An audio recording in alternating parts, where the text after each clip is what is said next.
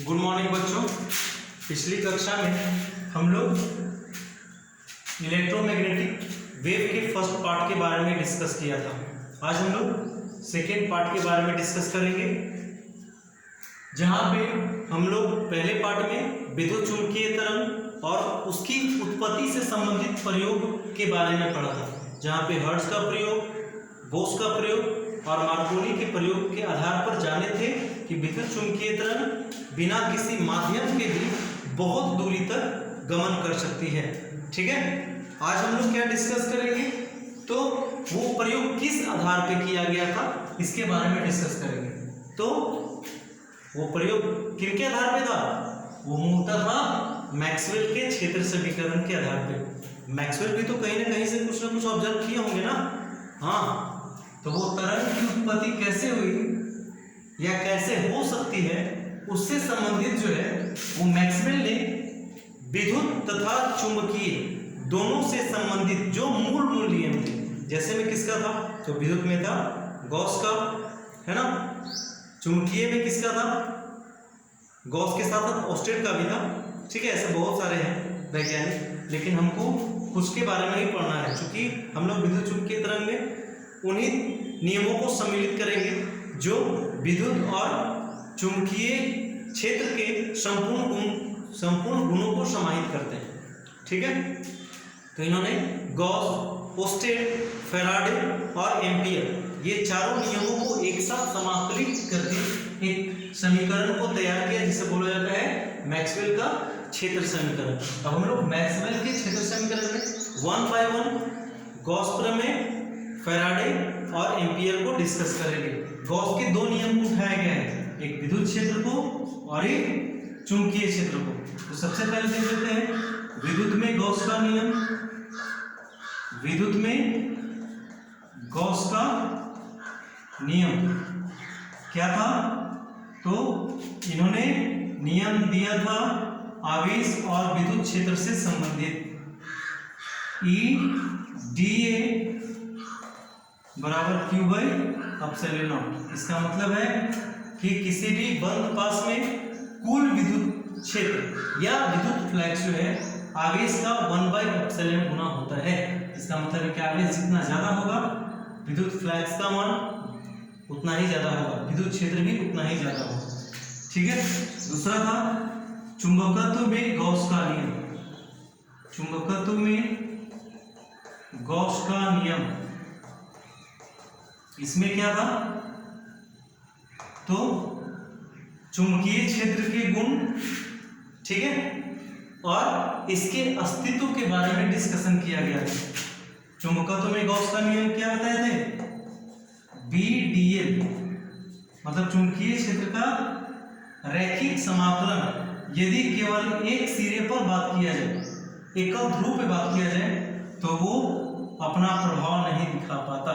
इसका मतलब है कि एकल सिरे का, एकल ध्रुव का चुंबक बनाना नामुमकिन है या चुंबकीय क्षेत्र की कल्पना नामुमकिन है। तो यहाँ पे रैखिक समाकलन शून्य होता है, मतलब कि एकल ध्रुव का चुंबकीय गुण संभव नहीं है। चुंबकीय गुण संभव नहीं है, यानी कि आप ये मैग्नेट बना ले, ठीक है, और इसको, ये नॉर्थ पोल हो गया, ये साउथ पोल हो गया, इसको हम चाहें कि बीच से तोड़ दे और नॉर्थ पोल हमारा अलग हो जाए, साउथ पोल अलग हो जाए, ये पॉसिबल नहीं है। वो छोटा टुकड़ा में भी नॉर्थ पोल साउथ पोल दोनों होगा, मतलब द्विध्रुव हो सकते हैं। एकल ध्रुव में चुंबकीय क्षेत्र को प्रदर्शित नहीं करेगा, समान रूप से एकल ध्रुव होगा ही नहीं। ठीक है, तीसरा क्या था?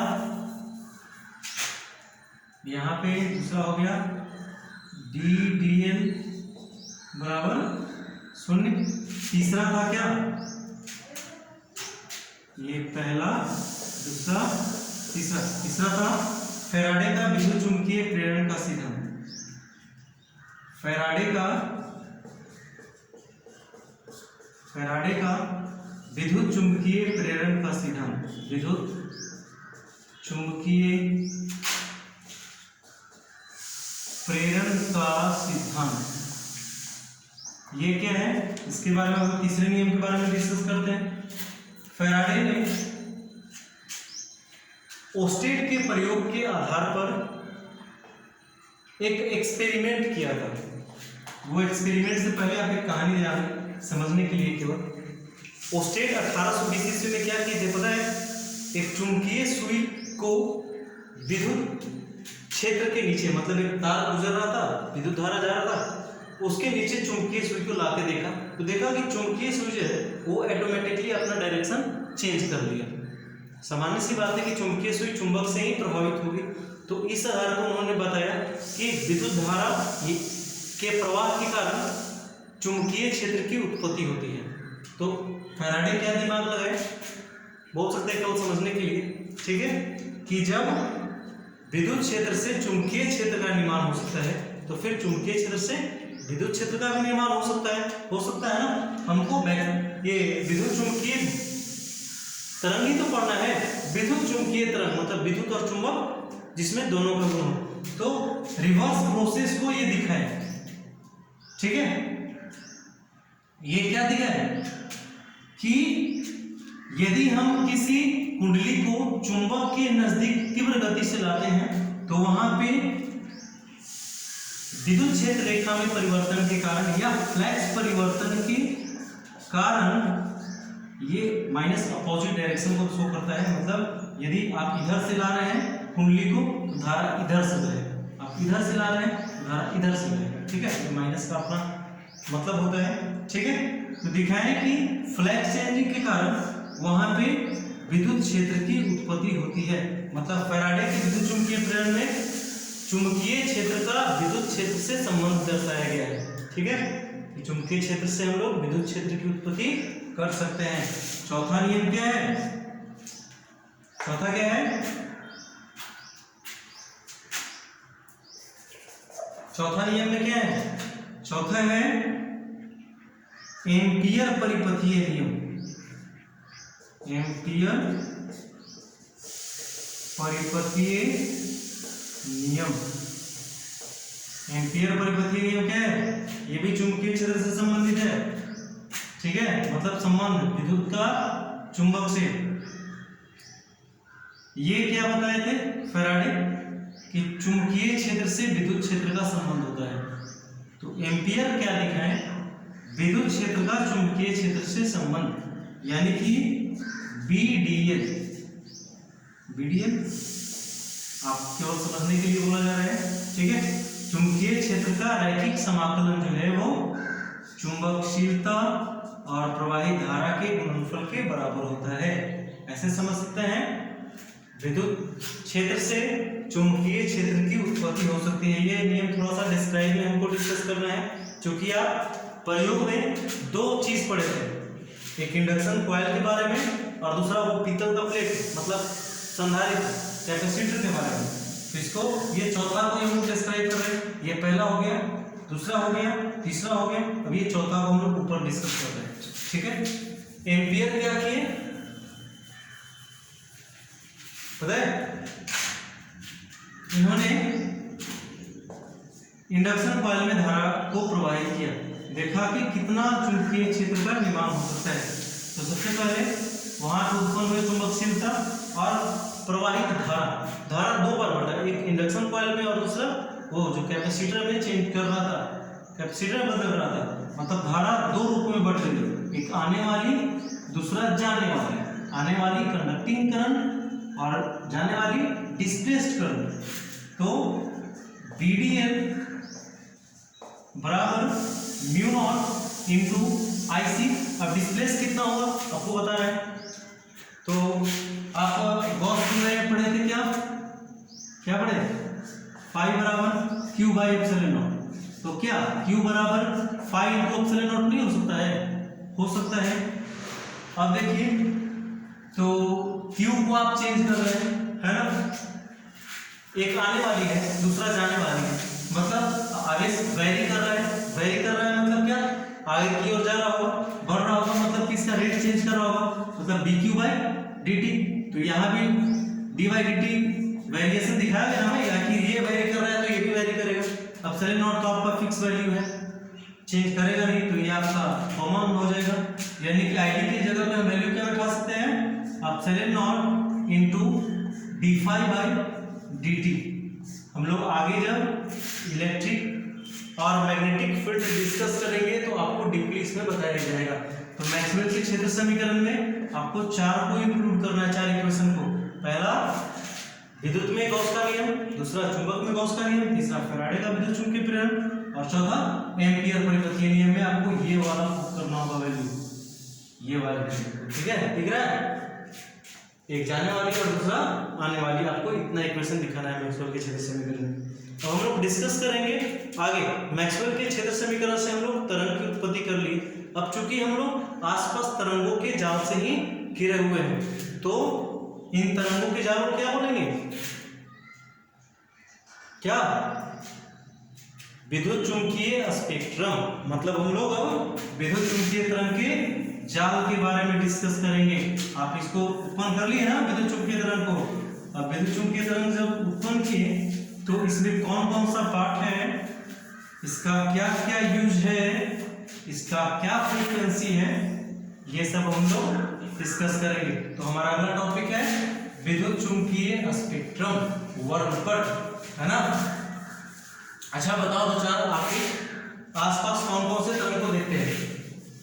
भाई वीडियो पूरा देखना तभी समझ में आएगा, ऐसे पढ़ने नहीं पड़ेगा। आसपास कौन से तरंगों को देखते हैं?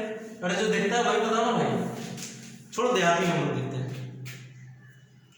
एक धूप लगता है हमको ना, बाहर निकलते हैं तो बहुत तेज। क्या ठंडे मौसम में ऐसा होता है? ठंडे मौसम में भी धूप निकलता है भाई, या फिर सुबह के वक्त क्या धूप नहीं आता है, उतना गर्मी लगता है नहीं। तो गर्म वाला कौन सा तरंग है, उसका भी नाम हम लोग आगे देखेंगे, अभी नहीं। क्या दूसरा कोई तरंग बताओ, आपने कभी हड्डी टूटने पे एक्सरे कराया है, सुना है कभी? वो भी एक वेव है। आप अक्सर किसी को नहीं ऐसे बोल सकते हैं, एक लाइट देखे हैं जो एक नैरो सीधे की ओर आगे की ओर बढ़ता है ना, वो एक देखे होंगे।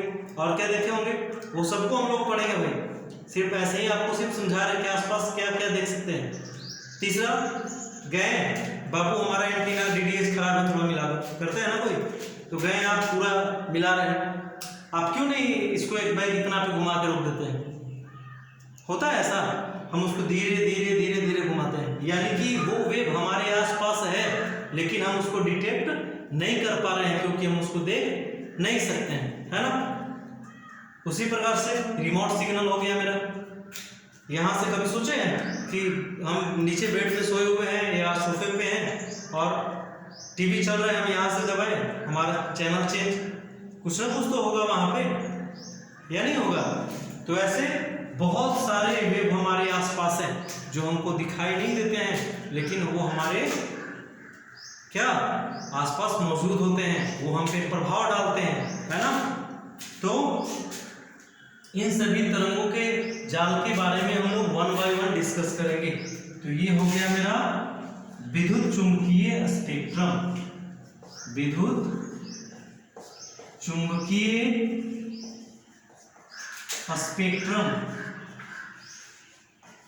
स्पेक्ट्रम, ठीक है। ये मान लेते हैं मेरा विद्युत चुंबकीय स्पेक्ट्रम है, ठीक है। ये विद्युत चुंबकीय स्पेक्ट्रम किसको बोलेंगे?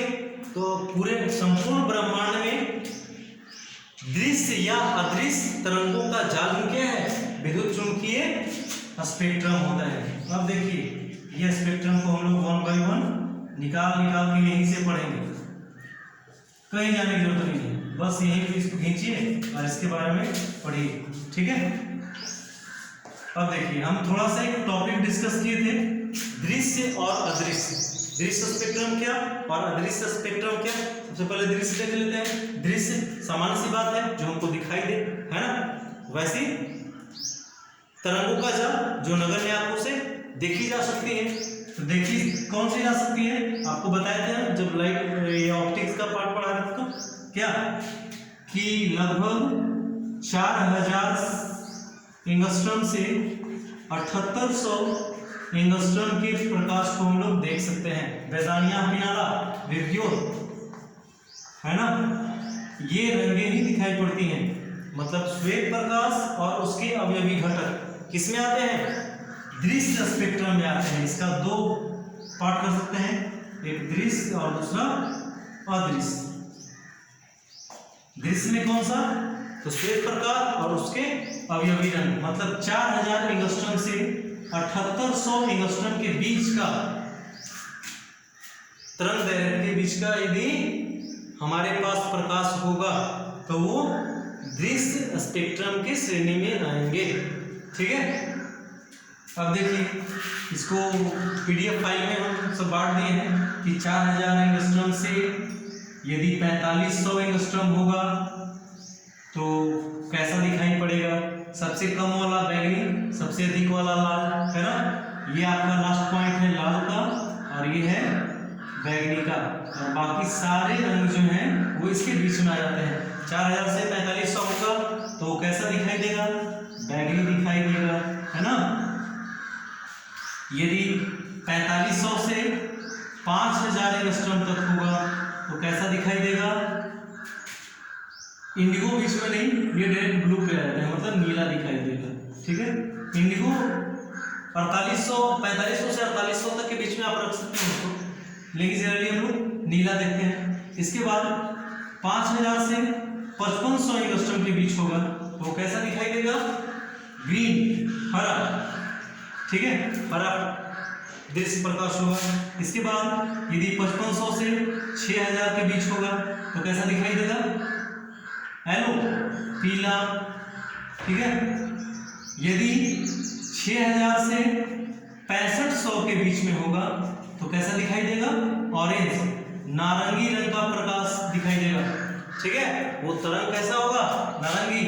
और यदि 6500 से 7800 के बीच में होगा तो कैसा दिखाई देगा? वो रेड, लाल रंग का। अब देखिए ये हमारा हो गया बाउंड्री, 4000 से कम और 7800 से ज्यादा। जैसे ही तरंग का तरंग दैर्घ्य बढ़ता या घटता है वो तरंगें दिखाई देनी बंद हो जाती हैं। मतलब अदृश्य तरंगों में क्या बोल सकते हैं? 4000 एंगस्ट्रॉम से कम जितनी भी तरंगें होंगी वो सब अदृश्य में आएंगी, और 7800 से ज्यादा भी होगा तो भी दिखाई नहीं देगा। मतलब हम ये बोर्ड मान लो यही मेरा दृश्य अदृश्य का पैमाना है। इतना लाइट में आपको नहीं दिख रहा है? दिख रहा है? दिख रहा है। चलो अब इससे और कम लाइट कर दे, और कम कर दे, तो एक ऐसा कंडीशन आएगा जहां से आपको दिखना बंद हो जाएगा, है ना। इसके बाद हम लोग बढ़ाना शुरू करते हैं, बढ़ाएं और अच्छा और अच्छा और अच्छा। यदि और मान लो बहुत बढ़ा दिए तो ये चमकना शुरू हो जाता है, मतलब दिखाई देना बंद हो जाता है ना। तो ये हमारा बाउंड्री हो गया 4000 से 7800 एंगस्ट्रॉम। ठीक है, और इसका यदि फ्रीक्वेंसी देखना है, तरंग दैर्घ्य, ये आवृत्ति कितना होता है, तो दृश्य प्रकाश का आवृत्ति जो है वो 4×10⁻14 हर्ट्ज से, ये पीडीएफ फाइल में इंक्लूड नहीं है, कर लीजिएगा। दृश्य प्रकाश का आवृत्ति कितना होता है? 4×10⁻14 हर्ट्ज से 8×10⁻14 हर्ट्ज तक होता है। याद करना इजी है, 4 से 8 10⁻14, ये वेरी नहीं करेगा, इतना ही होता है दृश्य प्रकाश का। इसके बाद हम लोग डिस्कस करेंगे अदृश्य प्रकाश का, अदृश्य स्पेक्ट्रम का। ठीक है, मिटा दी इसको। चलिए ये हम लोगों ने मिटा दिया। अब देखते हैं अदृश्य प्रकाश के बारे में। तो इसका कैसे बोल सकते हैं? तो हमारे आसपास या संपूर्ण ब्रह्मांड में वैसी तरंगों का जाल जिनका तरंग दैर्घ्य 4000 से कम या 7800 से अधिक, या फिर बोल सकते हैं जो नगण्य आंखों से दिखाई नहीं देती हैं, वो सभी अदृश्य विद्युत चुंबकीय स्पेक्ट्रम होती है। जैसे इसमें पहला बात क्या आता है? हमारा पहला जो सबसे हाई फ्रीक्वेंसी का होता है वो होता है गामा। नाम सुना ना, गामा पहलवान, बस यही गामा पहलवान है। गामा किरणें सबसे ज्यादा बोल सकते हैं मोस्ट डेंजरस होता है। इसकी जो भेदन क्षमता होती है ना वो सबसे अधिक होती है। ये जो आप एक्सरे कभी टूटी हड्डियां कराते हैं ना, गामा भाई यही तो है। आप थोड़ा सा बोल सकते हैं, थोड़ा सा चेंज होता है, गामा का फ्रीक्वेंसी थोड़ा ज़्यादा होता है इससे, जैसे 10 से 18 हर्ट्ज से उसका 20 होता है। ठीक है, समझ में आ रहा है? और उसका थोड़ा सा फ्रीक्वेंसी ज़्यादा है इससे। अब देखिए गामा किरणें क्या है, आप इसको परिभाषा में तो नहीं बांट सकते ना, एक विद्युत अदृश्य स्पेक्ट्रम है ये गामा किरण, मोस्ट पावरफुल। सबसे पहला हमको इसी के बारे में डिस्कस करना है, ठीक है। तो आप फ्रीक्वेंसी रेंज और तरंग दैर्घ्य, आवृत्ति और तरंग दैर्घ्य को बहुत आसानी से याद कर सकते हैं, केवल आप यदि रेंज में बांटते तो। गामा किरण क्या होता है, इसका फ्रीक्वेंसी देख लेते हैं। इसका फ्रीक्वेंसी कितना, बोलो, ये देखो सब बोल गया, 10 के पावर 18 हर्ट्ज से, ठीक है, 10 के पावर 20 हर्ट्ज तक इसका फ्रीक्वेंसी होता है। ऐसे इसका मल्टीपल भी करो, 3 × 10 के पावर 18 से 5 × 10 के पावर 20, लेकिन आपको इतना याद नहीं किया है, आप केवल 10 के पावर 18 से 10 के पावर 20 तक बोल सकते हैं, आपका काम हो जाएगा, ठीक है। ये हो गया इसका फ्रीक्वेंसी। तरंग दैर्घ्य कितना होगा, सबसे ज्यादा सबसे कम इसी का होता है, 10 के पावर -10 मीटर से 10 के पावर -13 मीटर तक। इतना समझ लो, फ्रीक्वेंसी ज्यादा होगा तो आपका वेवलेंथ कम होगा, वेवलेंथ ज्यादा होगा तो फ्रीक्वेंसी कम हो जाएगा, मतलब तरंग दैर्घ्य बढ़ाइएगा तो आवृत्ति कम हो जाएगा, है ना। जैसे मोटा आदमी है, कितना तेज से दौड़ सकता है, वही पतला है, उससे ज्यादा तेज दौड़ेगा नहीं दौड़ेगा, बस वही हिसाब यहाँ पे। तरंग दैर्घ्य कम, ये मेरा हो गया तरंग दैर्घ्य, ठीक है, और ये हो गया आवृत्ति, ठीक। तो आवृत्ति 18 से 20 तक, तरंग दैर्घ्य 10 के पावर -10 से 13 तक। अब गामा किरण का स्रोत क्या है, कैसे उत्पन्न होगा, तो ये किससे, जब रेडियो एक्टिव का नाभिक विघटित होता है ना, तो ये उत्पन्न होता है। ये सब PDF फाइल में हमने इंक्लूड कर दिया है, ठीक है। इसके बाद इसका उपयोग कहाँ, तो हम बताए थे कि नाभिकीय संरचना को ये भी ज्ञात करने में सहायक होता है, मतलब इंटरनल स्ट्रक्चर को ये बता सकते हैं इजीली। इसके बाद हम लोग क्या कर सकते हैं, इसकी सहायता से क्या बोल सकते हैं, उसके क्वालिटी को चेंज कर सकते हैं। क्वालिटी मतलब क्या, मतलब हम चाहें तो नए किस्म के बीजों को भी उत्पन्न कर सकते हैं, ठीक है, इसकी सहायता से। और कैंसर के इलाज में भी इसका उपयोग हो सकता है, ठीक है। तो आप मेनली 2-3 पार्ट देख लीजिए, इसका आवृत्ति, तरंग दैर्घ्य और उपयोग, ये 3 चीज से ज्यादा सवाल इसका पूछता है। और गुण में तो जो प्रकाश का जनरल गुण होता है वो इसका सभी का भी वही गुण होगा, बस किसी का वेदन क्षमता अधिक, किसी का वेदन क्षमता कम, ठीक है। इसके बाद गामा किरण के बाद दूसरा नंबर पे आता है हमारा एक और पहलवान, जो भी गामा के जैसे ही है लेकिन थोड़ा उसका फ्रीक्वेंसी रेंज कम होता है, उसका नाम है एक्सरे। अब बताइए, इससे तो सारे लोग परिचित होंगे, इस नाम से परिचित है ना। एक्सरे क्या है, अदृश्य तरंग है भाई, कैसे उत्पन्न होता है, पढ़ाए इसको। एक्सरे कैसे उत्पन्न होता है, जब क्या बोलो, तीव्रगामी इलेक्ट्रॉन को भारी तत्व से टकराया जाए,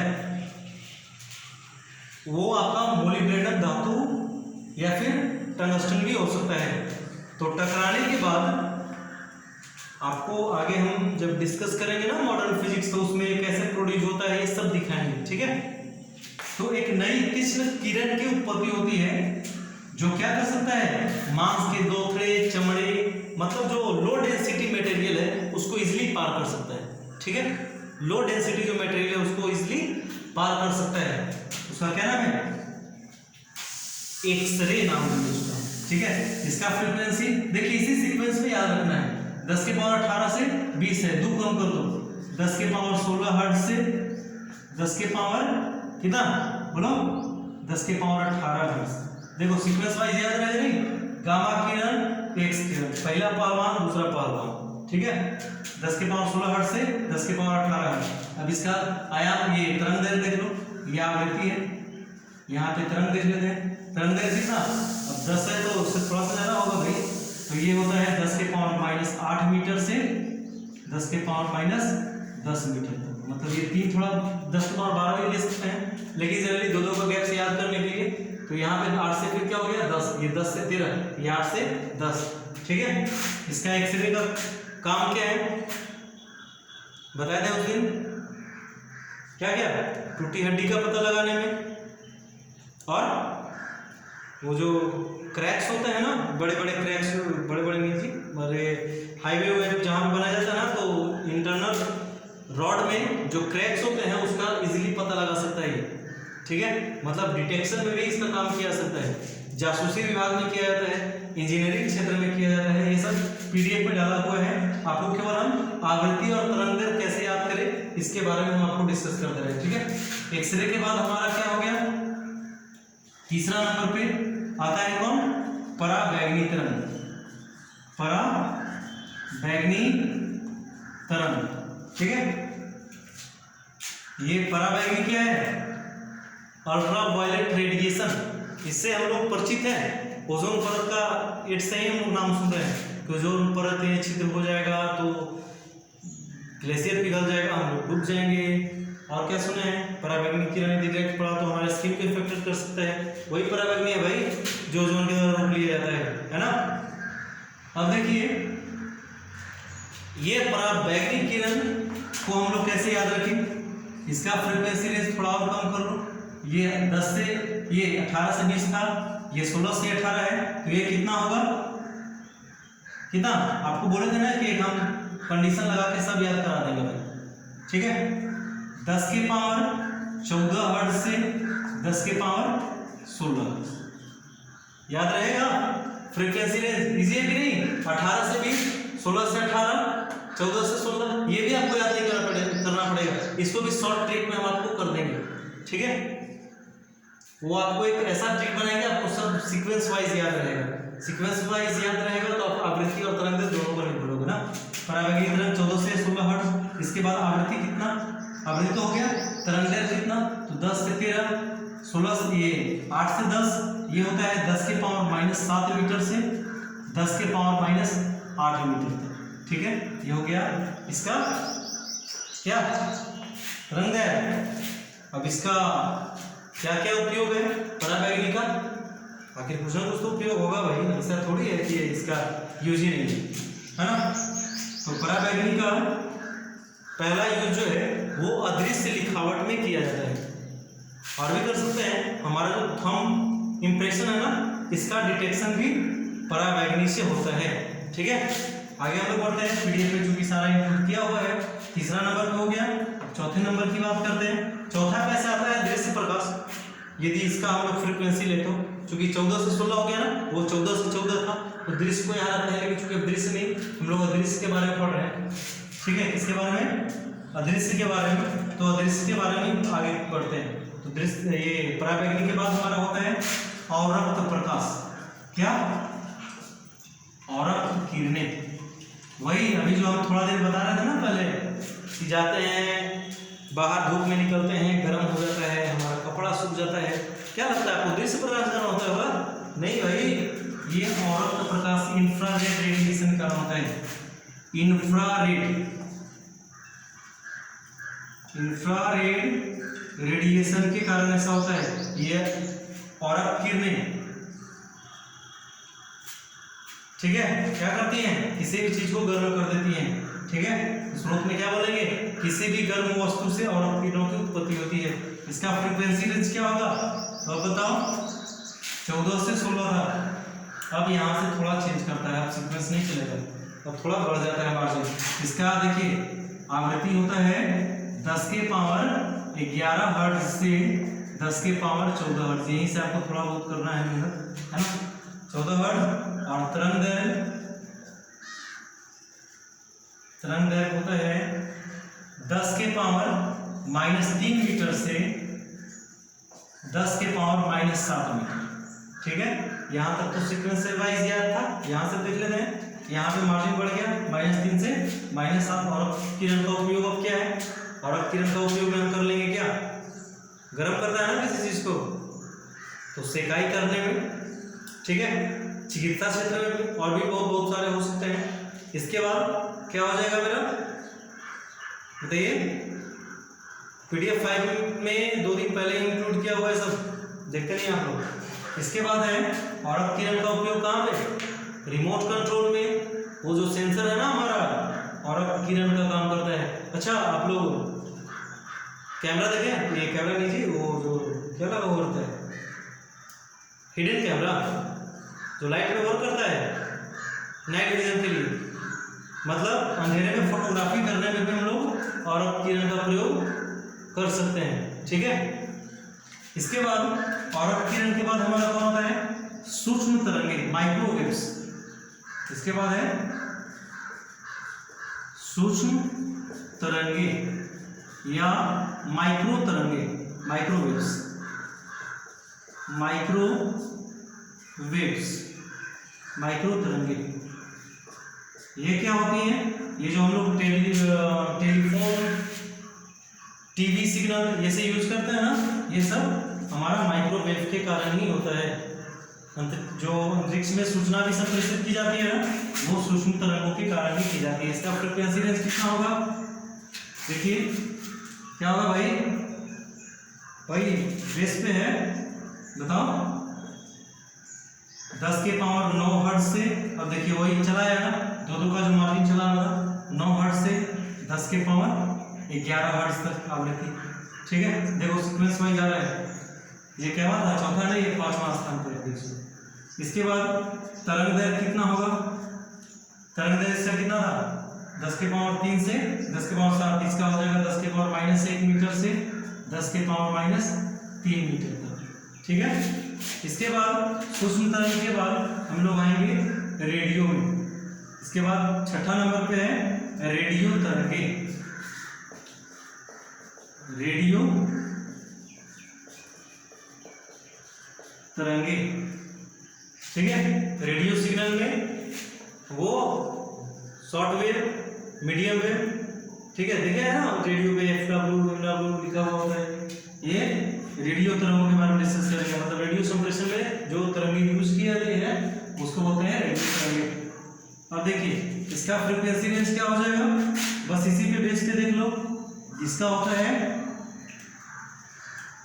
10 के पावर 4 हर्ट्ज से 10 के पावर 9